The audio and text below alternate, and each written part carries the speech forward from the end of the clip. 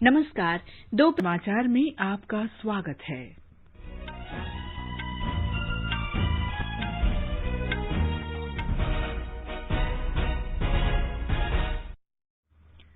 प्रधानमंत्री नरेंद्र मोदी ने देश में निर्मित उत्पादों को विश्व भर में अधिक प्रतिस्पर्धी और स्वीकार्य बनाने के लिए इसकी गुणवत्ता सुधारने पर जोर दिया। प्रधानमंत्री आज स्वीडन के प्रधानमंत्री स्टीफन लोफवेन के साथ वर्चुअल शिखर वार्ता करेंगे। श्री नरेंद्र मोदी को आज सेरावीक वैश्विक ऊर्जा और पर्यावरण नेतृत्व पुरस्कार से सम्मानित किया जाएगा। पश्चिम बंगाल और असम विधानसभा चुनाव के दूसरे चरण की अधिसूचना जारी। महाराष्ट्र के नागपुर जिले में कोविड के बढ़ते मामलों के मद्देनजर नए प्रतिबंध लगाए गए। लोगों के इकट्ठा होने, जुलूसों और सार्वजनिक समारोहों पर 19 मार्च तक रोक। भारत में चालू वित्त वर्ष के पहले 9 महीनों में 67 अरब अमेरिकी डॉलर का अब तक का सबसे अधिक प्रत्यक्ष विदेशी निवेश हुआ। भारत ने संयुक्त राष्ट्र सुरक्षा परिषद को व्यापक विनाश के हथियारों के आतंकी गुटों के हाथ लगने के खतरे के प्रति सतर्क किया। और खेलों में स्विस ओपन बैडमिंटन टूर्नामेंट में भारतीय खिलाड़ी पीवी सिंधु, किदाम्बी श्रीकांत, साई प्रणीत और अजय जयराम आज अपने अपने क्वार्टर फाइनल मुकाबले खेलेंगे। अहमदाबाद में इंग्लैंड के साथ चौथे और अंतिम क्रिकेट टेस्ट मैच के दूसरे दिन भारत ने चायकाल तक 6 विकेट पर 153 रन बनाए।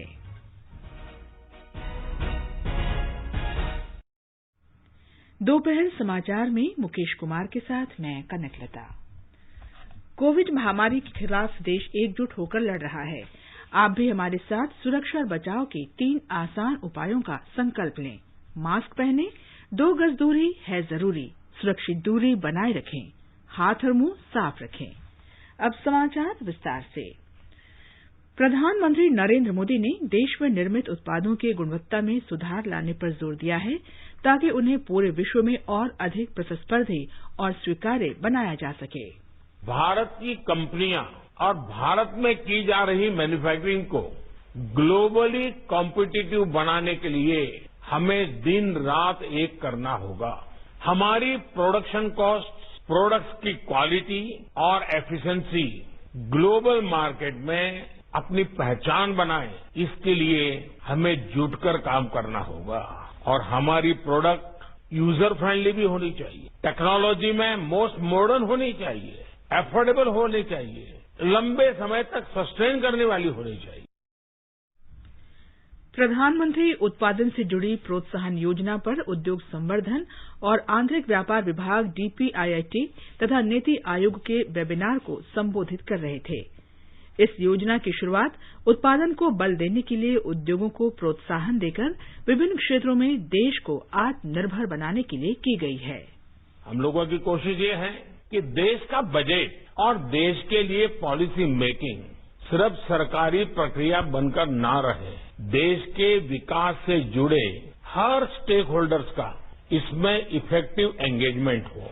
इसी क्रम में आज manufacturing sector, make in India को ऊर्जा देने वाले आप सभी महत्वपूर्ण साथियों से ये चर्चा हो रही है। बीते हफ्तों में अलग अलग सेक्टर के लोगों से बहुत ही फलदायी संवाद हुआ है।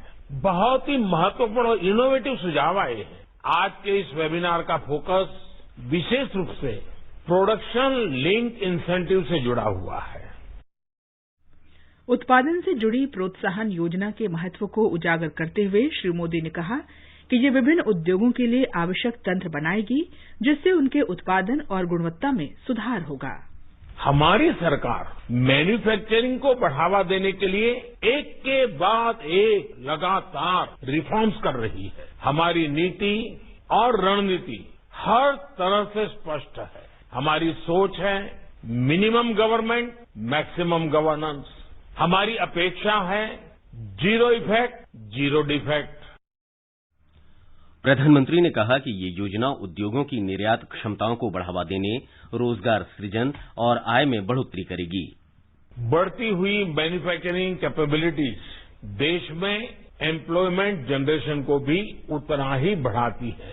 भारत भी इस सेक्टर में अब इसी अप्रोच के साथ बहुत तेजी से काम करना चाहता है, आगे बढ़ना चाहता है। प्रधानमंत्री ने कहा कि पीएलआई योजना के लिए बजट में 2 लाख करोड़ रुपए से अधिक का प्रावधान किया गया है और इससे अगले 5 वर्ष में $520 अरब मूल्य के उत्पादों का निर्माण होने की आशा है। श्री मोदी ने कारोबार सुगमता में सुधार लाने, विनिमय बोझ कम करने, लॉजिस्टिक्स लागत घटाने तथा जिलों को निर्यात केंद्र के रूप में तैयार करने पर जोर दिया। वर्ष 2023 के अंतर्राष्ट्रीय मोटा अनाज वर्ष के रूप में घोषित होने पर प्रधानमंत्री ने कहा कि इससे किसानों को विशिष्ट अवसर मिलेंगे। उन्होंने कहा कि मोटे अनाज में पोषक तत्वों के कारण उनका सेवन करने से बीमारियों में कमी आएगी। उन्होंने कृषि और खाद्य प्रसंस्करण क्षेत्रों से मोटे अनाज की पैदावार और प्रसंस्करण को बढ़ाकर इस सुनहरे अवसर का लाभ उठाने को कहा। प्रधानमंत्री ने कोविड टीके की आपूर्ति के बारे में कहा कि भारत जिस तरह से मानवता की सेवा कर रहा है, उसकी पूरे विश्व में सराहना हो रही है। कोरोना के पिछले 1 वर्ष के अनुभव के बाद मैं कन्विंस हूं कि भारत के लिए सिर्फ एक मौका नहीं है, भारत के लिए, दुनिया के लिए एक जिम्मेवारी, दुनिया के प्रति भारत की जिम्मेवारी है और इसलिए हमें बहुत तेजी से इस दिशा में बढ़ना ही होगा। नीति आयोग के मुख्य कार्यकारी अधिकारी अमिताभ कांत भी वेबिनार में उपस्थित थे। इस अवसर पर उन्होंने कहा कि भारत को विभिन्न क्षेत्रों में मुख्य विनिर्माणकर्ता के रूप में उभरना होगा ताकि अगले 2 वर्षों में वो वैश्विक आपूर्ति श्रृंखला के साथ जुड़ सके।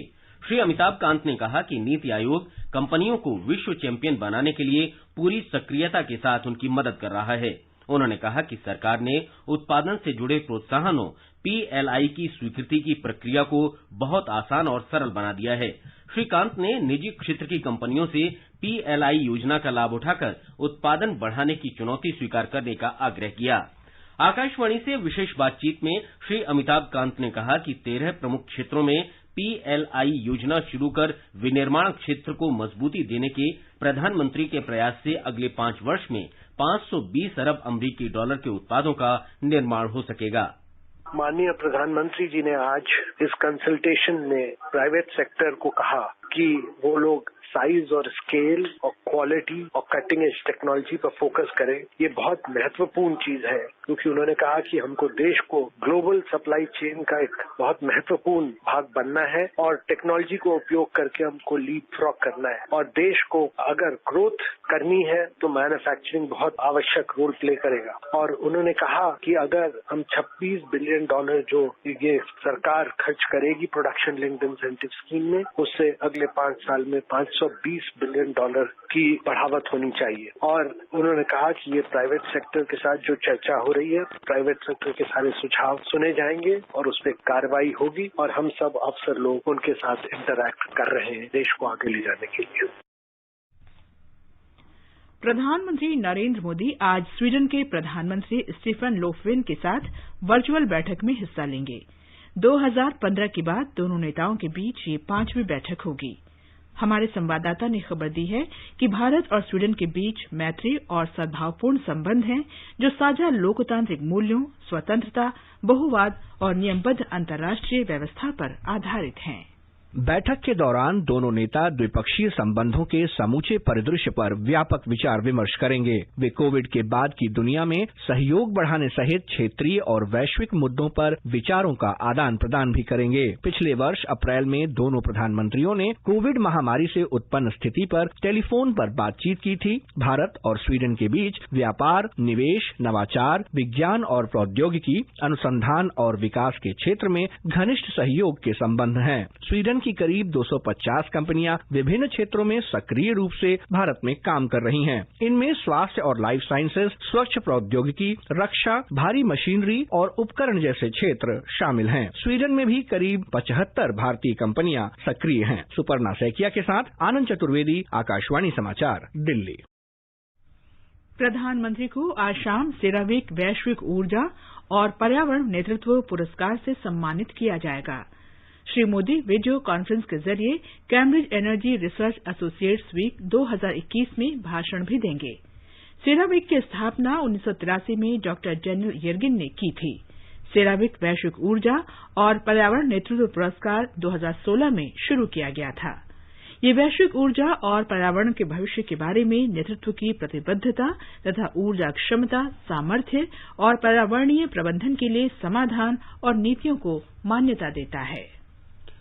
पश्चिम बंगाल और असम में विधानसभा के दूसरे चरण के चुनाव के लिए आज अधिसूचना जारी कर दी गई। पश्चिम बंगाल में 4 जिलों की 30 विधानसभा सीटों पर 1 अप्रैल को वोट डाले जाएंगे। इस चरण के लिए 12 मार्च तक नामांकन दाखिल किए जाएंगे और 15 मार्च को नामांकन पत्रों की जांच होगी। 17 मार्च तक नाम वापस लिए जा सकते हैं। राज्य के मुख्य निर्वाचन अधिकारी आरिज आफ्ताब ने जिला चुनाव अधिकारियों को राज्य सरकार के अनुबंध पर काम करने वाले कर्मचारियों को चुनाव प्रक्रिया से अलग रखने के बारे में लिखा है।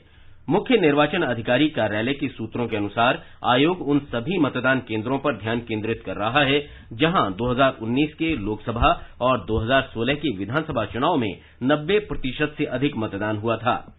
इस बीच सत्तारूढ़ तृणमूल कांग्रेस ने निर्वाचन उपायुक्त सुदीप जैन पर पक्षपात का आरोप लगाते हुए उन्हें हटाने की मांग की है। वहीं दूसरी ओर भारतीय जनता पार्टी ने राज्य सरकार द्वारा नगर निगमों में सेवाकाल समाप्त होने के बाद नियुक्त किए गए प्रशासकों को हटाने की मांग की है। कांग्रेस, वाम दलों और इंडियन सेक्युलर फोर्स के संयुक्त मोर्चे ने आरोप लगाया है कि कुछ पुलिस अधिकारी प्रशासन चुनाव आचार संहिता का उल्लंघन कर रहे हैं। असम में इस चरण में विधानसभा की 39 सीटों के लिए वोट डाले जाएंगे। 12 मार्च तक नामांकन पत्र दाखिल किए जा सकते हैं। दूसरे चरण में 73 लाख से अधिक मतदाता अपने मताधिकार का उपयोग करेंगे।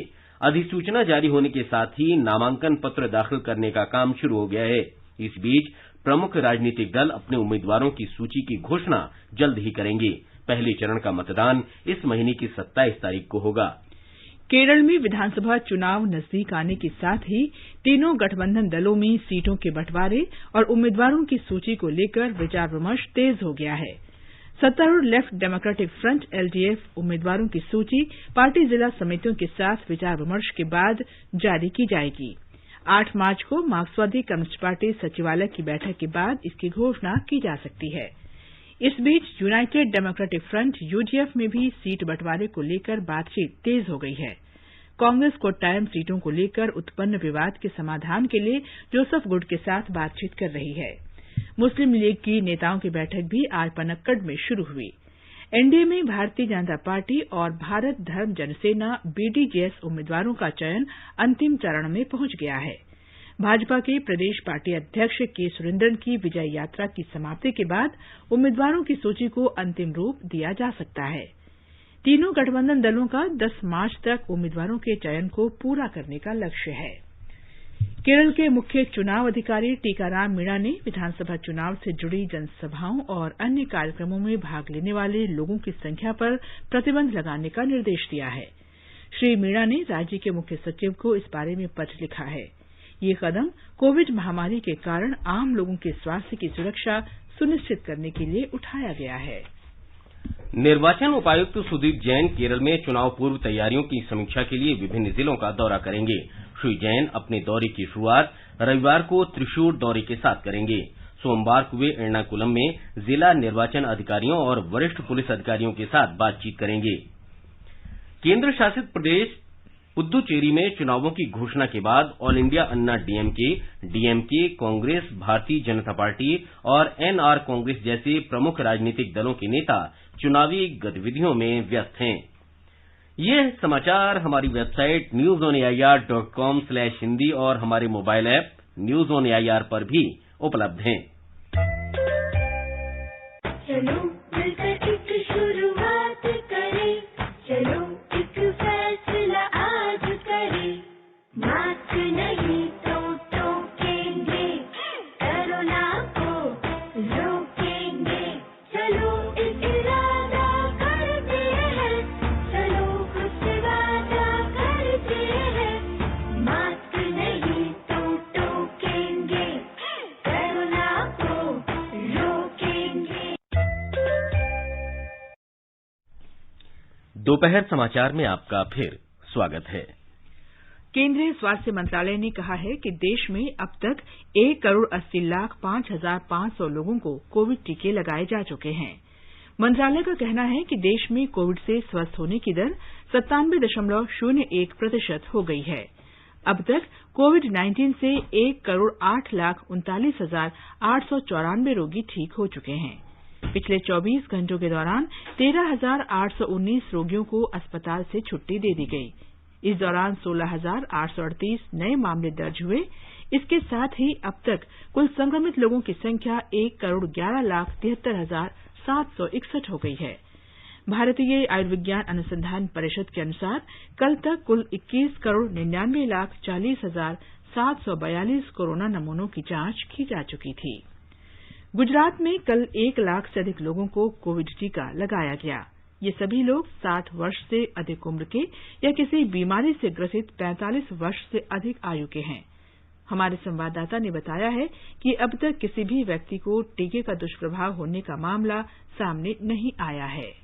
राज्य के स्वास्थ्य विभाग के सूत्रों के अनुसार पिछले 24 घंटों में 1,31,969 लोगों को कोविड-19 के टीके लगाए गए। राज्य में एक ही दिन में टीके लगाए जाने का यह सबसे बड़ा आंकड़ा है। इसके साथ ही राज्य में अब तक 11,09,515 लोगों को टीके लगाए जा चुके हैं। इस बीच गुजरात में पिछले 24 घंटों में कोविड-19 संक्रमण के 480 नए मामले दर्ज हुए, जबकि 369 मरीजों को ठीक होने के साथ अस्पतालों से छुट्टी दी गई। राज्य में अब तक 2,64,564 मरीज कोविड-19 से ठीक हो चुके हैं। इस वक्त राज्य में 2,749 सक्रिय मामले हैं। 40 मरीज वेंटिलेटर पर है। पिछले 24 घंटों में राज्य में कोविड-19 से एक भी मृत्यु नहीं हुई है। योगेश पंड्या, आकाशवाणी समाचार, अहमदाबाद। महाराष्ट्र के नागपुर जिले में कल कोविड-19 के 1,070 नए मामले दर्ज किए गए। अमरावती जिले में भी पिछले 5 दिन में 600 से अधिक मामले दर्ज हुए हैं। एक रिपोर्ट। नागपुर जिले में कोविड-19 मामलों में वृद्धि के कारण नए प्रतिबंध लगाए गए हैं। जिला कलेक्टर और जिला आपदा प्रबंधन प्राधिकरण नागपुर के अध्यक्ष रविन्द्र ठाकरे ने कल नागपुर जिले के ग्रामीण क्षेत्रों में लोगों को निर्देश दिया कि वे संबंधित स्थानीय अधिकारियों को घर पर होने वाले विवाह समारोहों के बारे में सूचित करें। पुलिस कमिश्नर नागपुर अमितेश कुमार ने भी 5 मार्च से 19 मार्च तक गजानन महाराज के प्रगट दिवस को मद्देनजर रखते किसी भी जनसभा जुलूस प्रतिबंधित करने की अधिसूचना जारी की है। आकाशवाणी समाचार के लिए नागपुर से गौरी मराठे। कर्नाटक में कल कोविड-19 के 571 नए मामले सामने आए, जबकि 496 रोगी स्वस्थ हुए और 4 रोगियों की मौत हो गई। राज्य में सक्रिय मामलों की संख्या बढ़कर 6,128 हो गई है। बेंगलुरु शहर में सबसे अधिक 385 मामलों की पुष्टि हुई और 2 लोगों की मौत हुई। राज्य में कल तक 4,91,007 स्वास्थ्य कर्मियों और 1,64,194 अग्रिम पंक्ति के कार्यकर्ताओं को टीके लगाए जा चुके हैं। केंद्रीय सूचना और प्रसारण मंत्री प्रकाश जावड़ेकर ने आज महाराष्ट्र में पुणे के दीनानाथ मंगेशकर अस्पताल में कोविड-19 का टीका लगवाया। टीका लगवाने के बाद एक ट्वीट में श्री जावड़ेकर ने कहा कि टीकाकरण प्रक्रिया आसान है और भारत में निर्मित टीके सुरक्षित हैं। उन्होंने सभी नागरिकों से टीका लगवाने की अपील की। महाराष्ट्र के राज्यपाल भगत सिंह कोश्यारी ने आज मुंबई के जेजे अस्पताल में कोवैक्सीन का पहला टीका लगवाया। आगे बढ़ने से पहले मुख्य समाचारों पर एक नजर। प्रधानमंत्री नरेंद्र मोदी ने देश में निर्मित उत्पादों को विश्व भर में अधिक प्रतिस्पर्धी और स्वीकार्य बनाने के लिए इसकी गुणवत्ता सुधारने पर जोर दिया। प्रधानमंत्री मोदी अब से थोड़ी देर में स्वीडन के प्रधानमंत्री स्टीफन लॉफवेन के साथ वर्चुअल शिखर वार्ता करेंगे। श्री नरेंद्र मोदी को आज सेरावीक वैश्विक ऊर्जा और पर्यावरण नेतृत्व पुरस्कार से सम्मानित किया जाएगा। पश्चिम बंगाल और असम विधानसभा चुनाव के दूसरे चरण की अधिसूचना जारी। महाराष्ट्र के नागपुर जिले में कोविड के बढ़ते मामलों के मद्देनजर नए प्रतिबंध लगाए गए। लोगों के इकट्ठा होने, जुलूसों और सार्वजनिक समारोहों पर 19 मार्च तक रोक। भारत में चालू वित्त वर्ष के पहले 9 महीनों में 67 अरब अमरीकी डॉलर का अब तक का सबसे अधिक प्रत्यक्ष विदेशी निवेश हुआ। भारत ने संयुक्त राष्ट्र सुरक्षा परिषद को व्यापक विनाश के हथियारों के आतंकी गुटों के हाथ लगने के खतरे के प्रति सतर्क किया। और खेलों में स्विस ओपन बैडमिंटन टूर्नामेंट में भारतीय खिलाड़ी पीवी सिंधु, किदाम्बी श्रीकांत, बी साई प्रणीत और अजय जयराम आज अपने अपने क्वार्टर फाइनल मुकाबले खेलेंगे और अहमदाबाद में इंग्लैंड के साथ चौथे और अंतिम क्रिकेट टेस्ट मैच के दूसरे दिन भारत ने ताजा समाचार मिलने तक 6 विकेट पर 159 रन बनाए। देश में अप्रैल से दिसंबर 2020 के दौरान मौजूदा वित्त वर्ष के पहले 9 महीनों में अब तक का सर्वाधिक 67 अरब डॉलर से अधिक प्रत्यक्ष विदेशी निवेश हुआ। पिछले वित्त वर्ष में इसी अवधि की तुलना में निवेश में 40% की वृद्धि दर्ज हुई।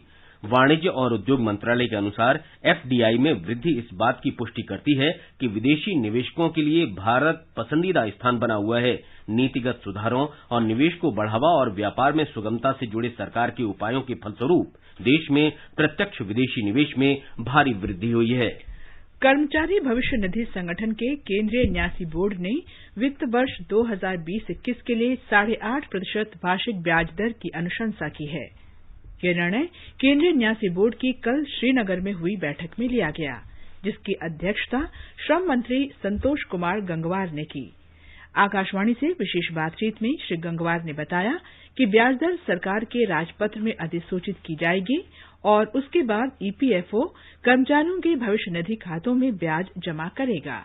ईपीएफओ ने कल श्रीनगर में हुई अपनी बैठक में 2020-21 के दौरान कर्मचारी भविष्य निधि जो जमा होती है उसके ब्याज को 8.5% ही बनाए रखने का फैसला लिया है और ईपीएफओ ने अपने 5 करोड़ से अधिक अंशधारकों के हित में फैसला लिया है और इसकी सिफारिश हमने वित्त मंत्रालय को की है। वर्ष 2014 से ईपीएफओ निरंतर कम से कम 8.5% ब्याज दर प्रदान कर रहा है। संगठन ने केंद्र शासित प्रदेश जम्मू कश्मीर और लद्दाख के कर्मचारियों को भी भविष्य निधि, पेंशन और बीमा सुविधाओं का लाभ देने का फैसला किया है। रक्षा मंत्री राजनाथ सिंह आज गुजरात के केवड़िया में संयुक्त कमांडर सम्मेलन को संबोधित करेंगे।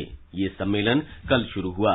इसमें सेना के तीनों अंगों के सैन्य कमांडरों के बीच गहन विचार विमर्श किया जाता है। प्रधानमंत्री नरेंद्र मोदी कल इस सम्मेलन के समापन समारोह की अध्यक्षता करेंगे। इस अवसर पर राष्ट्रीय सुरक्षा सलाहकार अजीत डोभाल भी उपस्थित रहेंगे। सेना के तीनों अंगों के शीर्ष अधिकारी देश की सुरक्षा स्थिति और सशस्त्र बलों की रक्षा तैयारियों की समीक्षा कर रहे हैं तथा भविष्य में संयुक्त सैन्य शक्ति की परिकल्पना को विकसित करने के लिए उचित संगठनात्मक मुद्दों पर विचार विमर्श किया जा रहा है। मादक पदार्थ नियंत्रण ब्यूरो ने आज विशेष एनडीपीएस अदालत में सुशांत सिंह राजपूत से संबंधित ड्रग मामले में आरोप पत्र दाखिल किया। इसमें 33 आरोपियों और 200 गवाहों के बयान हैं। आरोप पत्र की मूल प्रति में 12,000 से अधिक पृष्ठ हैं और डिजिटल प्रारूप में लगभग 50,000 पृष्ठ हैं। अंतर्राष्ट्रीय महिला दिवस इस महीने की 8 तारीख को मनाया जाएगा। आकाशवाणी समाचार इस सिलसिले में विभिन्न क्षेत्रों में उपलब्धियां हासिल करने वाली महिलाओं की सफलता की कहानियों से परिचित करा रहा है। आज हम महिला उद्यमशीलता की सफलता की कहानी से आपको अवगत कराएंगे। सरकार ने आत्मनिर्भर भारत अभियान के अंतर्गत महिलाओं के उद्यमशीलता के विशेष उपाय किए हैं। एक महिला उद्यमी दिशा सिंह अपने उद्यम जूक के माध्यम से आत्मनिर्भर भारत का लक्ष्य हासिल करने में योगदान कर रही है। उनका उद्यम वेगन हैंडबैग्स में एक जाना माना ब्रांड बन गया है। हमारे संवाददाता की report.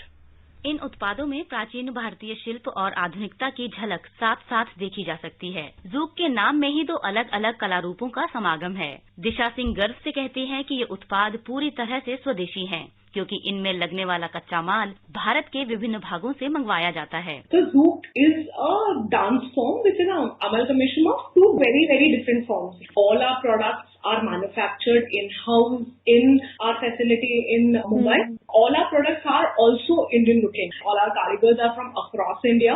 So we have a strength of more than 70 plus karigar in our manufacturing facility. दिशा का कहना है कि भारतीय हस्तशिल्प में वैश्विक स्तर पर पहुंचने की क्षमता है। हमारी शिल्पकारिता बहुत मजबूत है और भारतीय उत्पादों की विदेशों में बहुत अधिक मांग है। दीक्षा सक्सेना के साथ समाचार कक्ष से दीपिका शर्मा। ओडिशा में आज राज्य के पूर्व मुख्यमंत्री और महान नेता बीजू पटनायक की 105वीं जयंती मनाई जा रही है।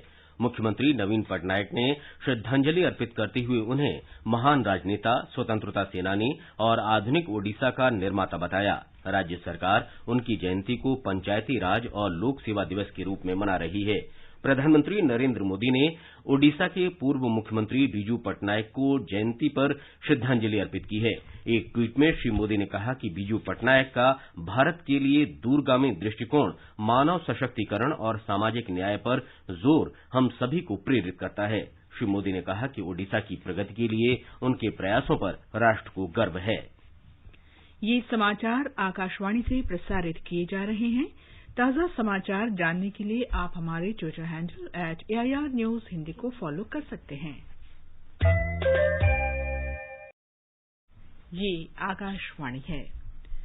भारत ने संयुक्त राष्ट्र सुरक्षा परिषद UNSC से अपील की है कि वो इस बात के प्रति सजग रहे कि व्यापक विनाश के हथियार आतंकवादी गुटों के हाथों में न जाने पाएं। भारत ने रासायनिक हथियारों के कथित इस्तेमाल की निष्पक्ष जांच कराने की भी मांग की है। संयुक्त राष्ट्र सुरक्षा परिषद को संबोधित करते हुए भारत के उप स्थायी प्रतिनिधि और संयुक्त राष्ट्र में राजनीतिक समन्वयक R रविन्द्र ने कहा कि आतंकवादियों, विशेष रूप से ISIS की गतिविधियां क्षेत्र में बढ़ गई हैं।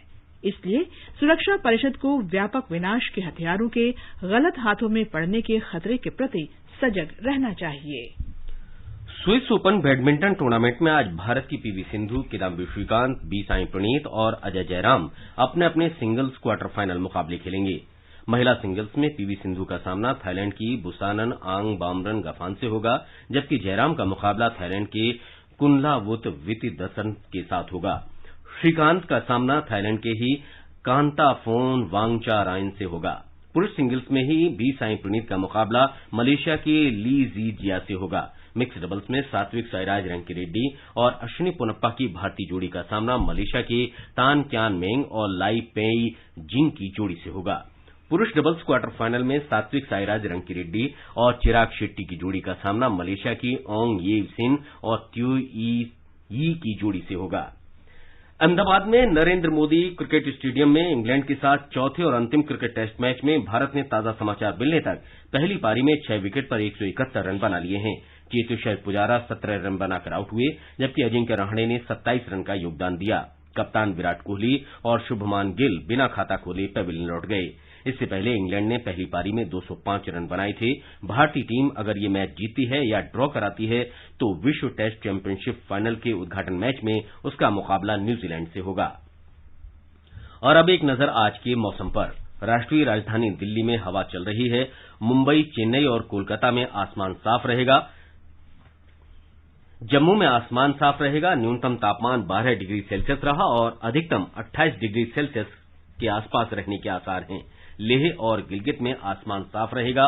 लेह में न्यूनतम तापमान 0 से 7 डिग्री नीचे दर्ज किया गया, जबकि अधिकतम तापमान 7 डिग्री सेल्सियस के आसपास रहने के आसार हैं। गिलगित में तापमान 22 डिग्री सेल्सियस तक जा सकता है। मुजफ्फराबाद में आसमान साफ रहेगा। महान संगीतकार भारत रत्न पंडित भीमसेन जोशी का जन्म शताब्दी वर्ष मनाया जा रहा है। इस अवसर पर संगीत सभाओं के साथ साथ पंडित भीमसेन जोशी की स्मृतियों पर आधारित कार्यक्रम आयोजित किए जा रहे हैं। उनका गायन हमेशा से लोगों के मन मस्तिष्क को प्रफुल्लित करता रहा है। आइए सुनते हैं उनका गायन।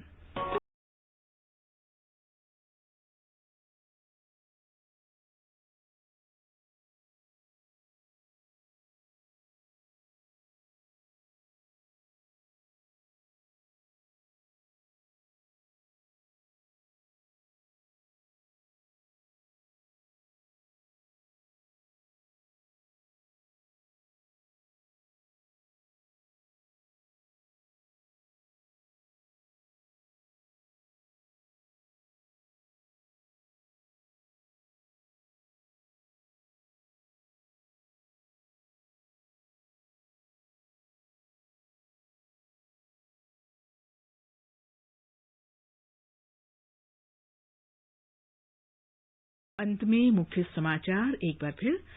प्रधानमंत्री नरेंद्र मोदी ने देश में निर्मित उत्पादों को विश्व भर में अधिक प्रतिस्पर्धी और स्वीकार्य बनाने के लिए इसकी गुणवत्ता सुधारने पर जोर दिया। प्रधानमंत्री मोदी आज स्वीडन के प्रधानमंत्री स्टीफन लोफवेन के साथ वर्चुअल शिखर वार्ता करेंगे। श्री नरेंद्र मोदी को आज सेरावीक वैश्विक ऊर्जा और पर्यावरण नेतृत्व पुरस्कार से सम्मानित किया जाएगा।